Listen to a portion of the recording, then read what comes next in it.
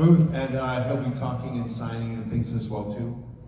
I want to mention this at the beginning and the end, but he has a custom poster for this event, and with a donation to the Bob Moe Foundation, he will sign one for you. Let's talk about today, just right now, and then we'll loop back to some things. Your music now is incredibly prolific. You were telling me about how many pieces you like to create. And you are... May I just... Yeah. Another microphone. Oh. So we like how the audio conventions are always the one with the strange sound, you know? No, it's just because I'm ambidextrous. For some reason, for many reasons, I'm ambidextrous, and sometimes, of course, but this gentleman, first and foremost, is the most unbelievable and knowledgeable person about knowing not only the keyboards, but the technologies, and all the technologies, but also the fact that he's really, I think, I've been able to judge this even further by watching his, you know, the YouTube, you know, the interviews, you know, with Mr. Keller and so on, and he's the exact exemplification of how to explain what I came up with in 1985 when I was at the University of Zurich, you know, starting my lecture about technology and creativity in front of 300 scientists, of rocket scientists, talking about SDI. Because SDI, you know, under the Reagan administration, was the space defense initiative, and they were starting to talk about real space wars, you know.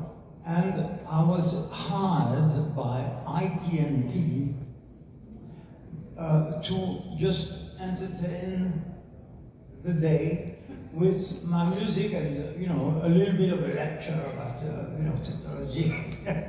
So I came up with the quote that the epitome of creativity lies in the state of dynamic tension between extreme forces in opposition. The epitome of creativity lies in the state of dynamic tension in opposition. And now I've added even another word. I've added balance. The epitome of creativity lies in the state of dynamic tension and balance between extreme forces in opposition. Here's a good concept. Balance is yin and yang, black keys, white keys, major, minor. We have loud and soft. Thinking of music, because I think of you also as a musician and a composer. Some people are one or the other, but you do both.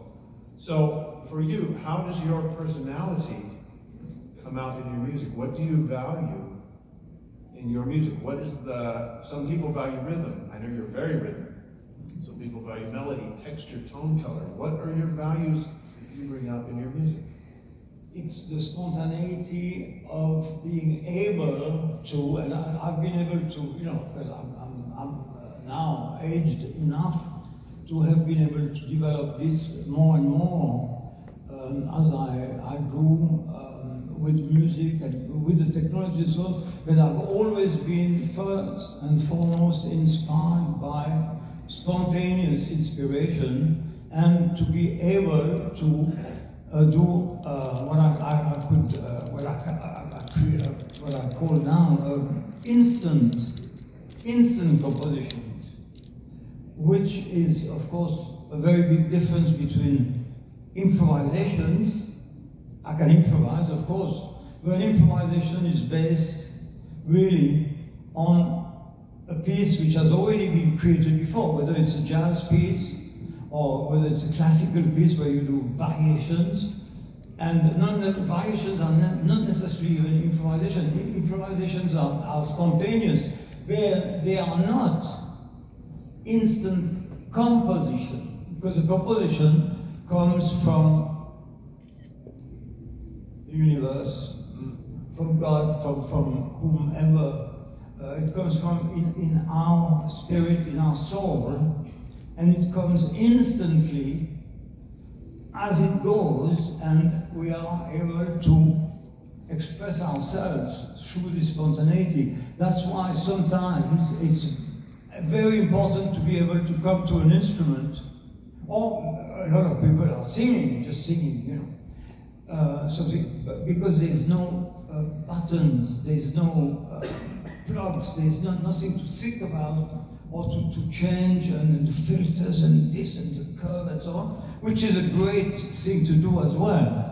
But that's the pure kind of aspect of technology, which sometimes can hinder, you know, We were talking about components of music, and you brought out spontaneity as your prime instance. I think that is actually a good description of what you value so much. Yes. And you probably don't hear as much as you would like in other people's music, so you're creating your own. Right. I think that we all know about jazz and improv. As you said, it's a different thing. So let's delineate. Let's tell about the difference between improvisation, which you can do.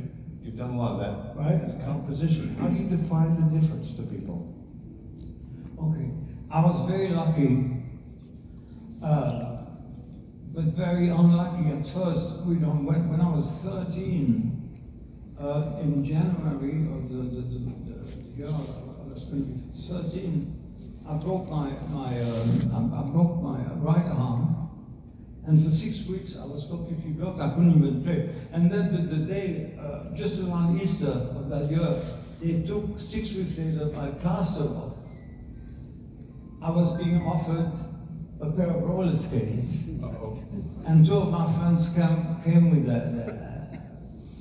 their bikes and some ropes, and I have never been on a roller skate, and I had to make a decision immediately on the quay of Vevey in Switzerland, which is equidistant from Lausanne and Montreux, and it was in the afternoon. Suddenly I see a tree, beautiful by the lake and so on, and the decision making was, oh, do I go right or do I go left? Being drawn by these two bikes, and I didn't make the decision early enough, and I broke the 4 fingers of my right hand.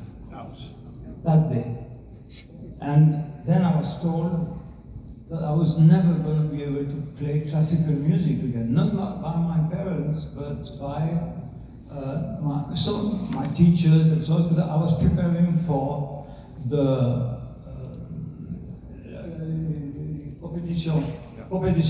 national competition of classical young musicians, you know. And I was going to play the third impromptu in E flat by Schubert. My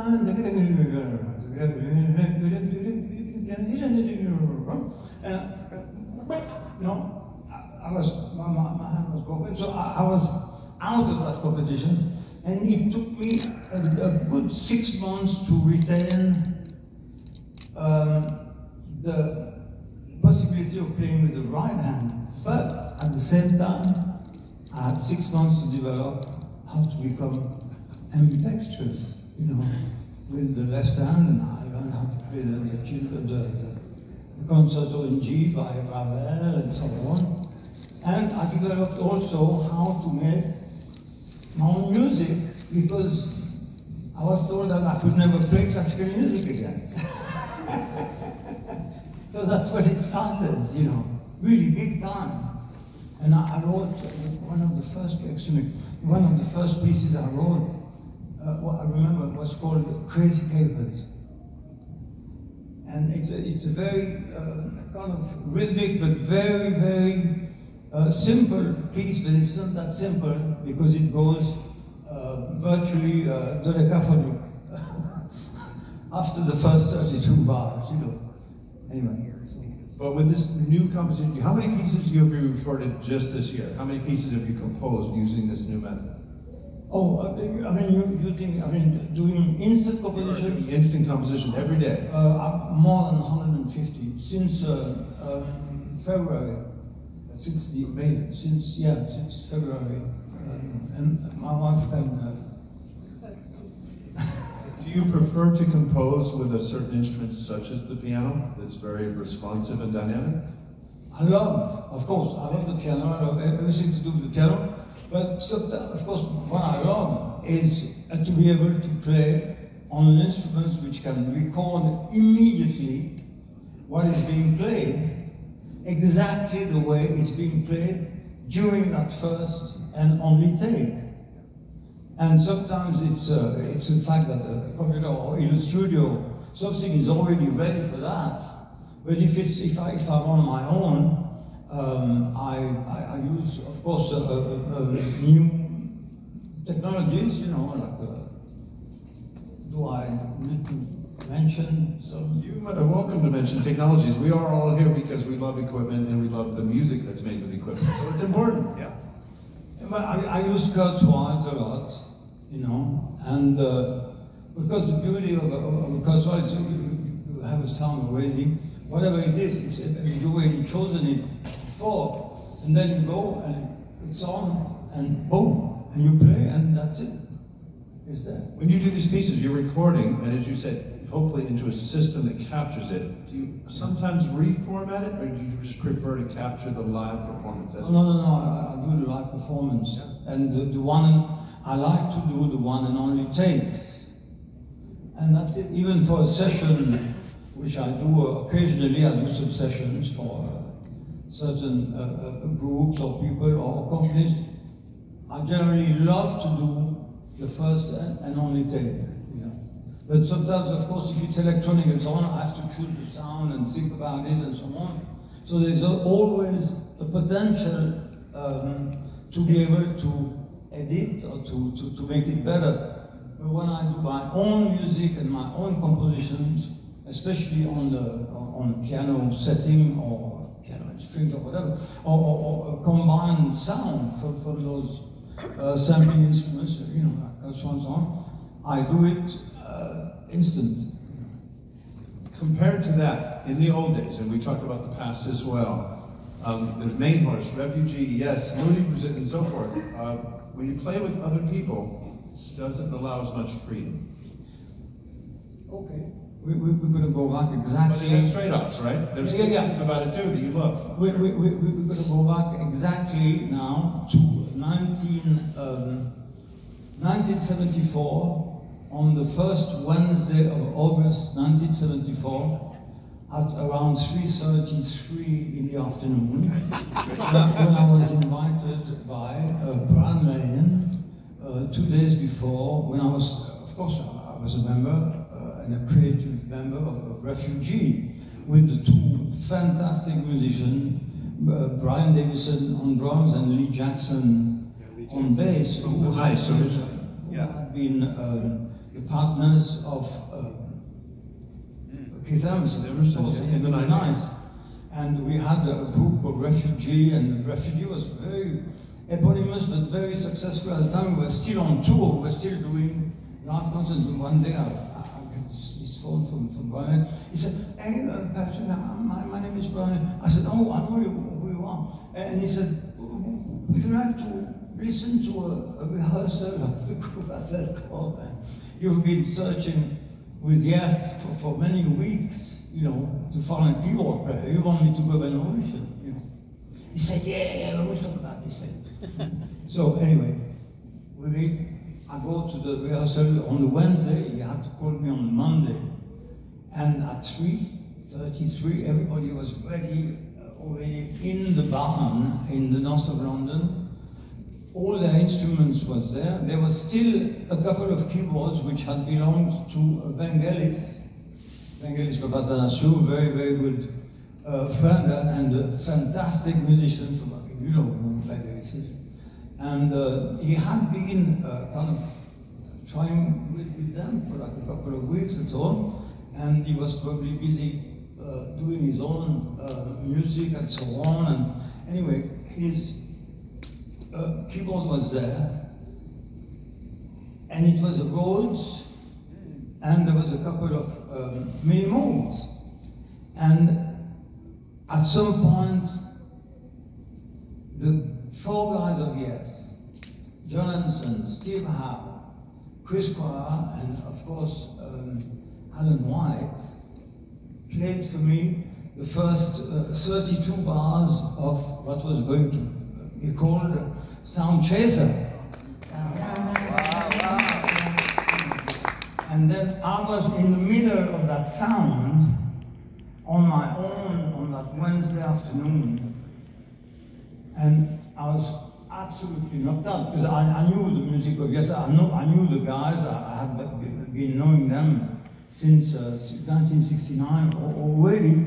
But when I was in the middle and they were playing this, I was totally knocked out. And then suddenly, John says, after having played that, he said, Patrick, what would you what would you play as an introduction to to a song here? Something, just an intro. And I said, oh, okay, just let me think about it. And I went and sat down on the keyboard, and I went,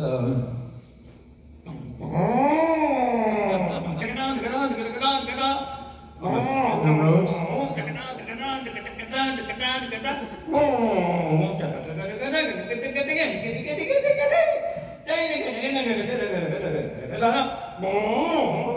And then John went. And that was how we called it. This is on your Fender Rhodes.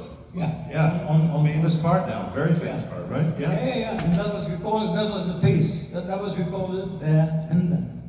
Incredible times. And of course, we have such a good memory of these things, but I'm sure it was very important to you. Were you intimidated or just relaxed and refreshed to be playing with them?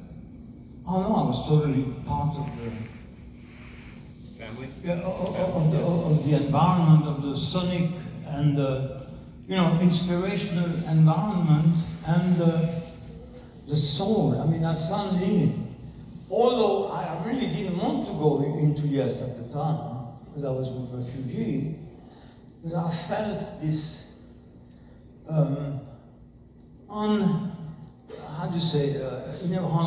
inébranlable, universal kind of soul feel between musicians when they are really, really merging and playing together.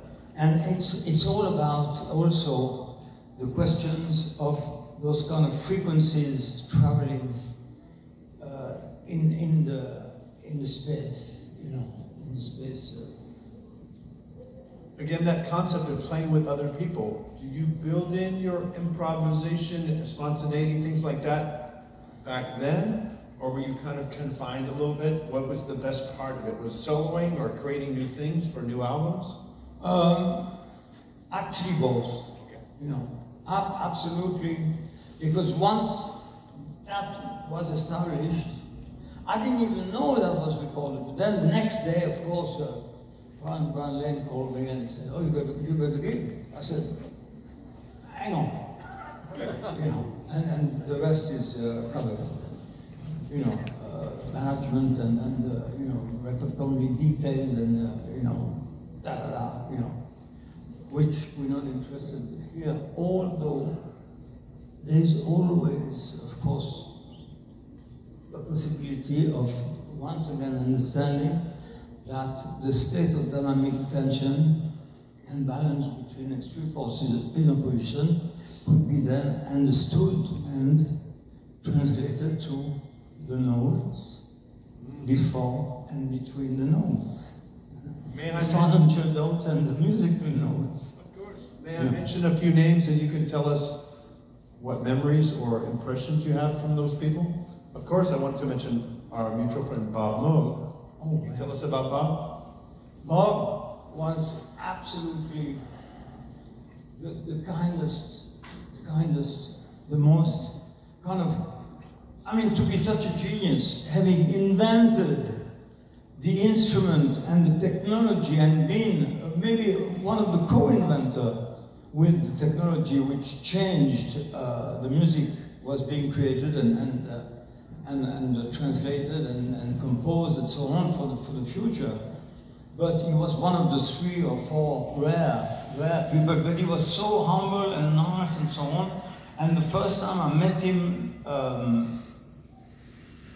in the flesh, you know, was actually in May of 1975, 3 weeks before our big tour with Yes, which was the second relay tour we had in the summer of 1975. And I went up Buffalo because I had been on the phone a couple of times with him, and he was telling me that he had developed the idea and already very advanced idea for two new instruments, and one of them he wanted to dedicate to Keith Emerson and to me, which was the polymorph, you know, the first polymorph. And also he had another one called the micromorph. And so, you know, since we had the time, after the 16th of May, 1975, where we played in Shepherd's Bush with Yes, and that was a big concert, which has been actually, I think, filmed and so on. I immediately went to the United States with my very best friend and tech and so on, and engineer Jean Ristori, who used to be the bass player of Main Horse, and I mean, we're still best friends now. We decided to go to Buffalo to meet with... Is this one of the pictures? Oh yeah, here it is. There you are. Yeah. And here I'm carrying a micromorph, and I can tell you that micromorph would be much heavier if it had the engine. But this one didn't have the engine because we were just about to go from Buffalo to the Canadian side of the Niagara Falls to make the pictures. There are probably some pictures of that. And of course, we stayed there a few days in Buffalo, and we were talking about the polymorph, and I took some pictures in the field as well. But I mean, Bob Moog was so nice, and we became so great friends and so on. And then I had already hinted at the possibility of being able to invite him at the end of the tour of Yes, which would have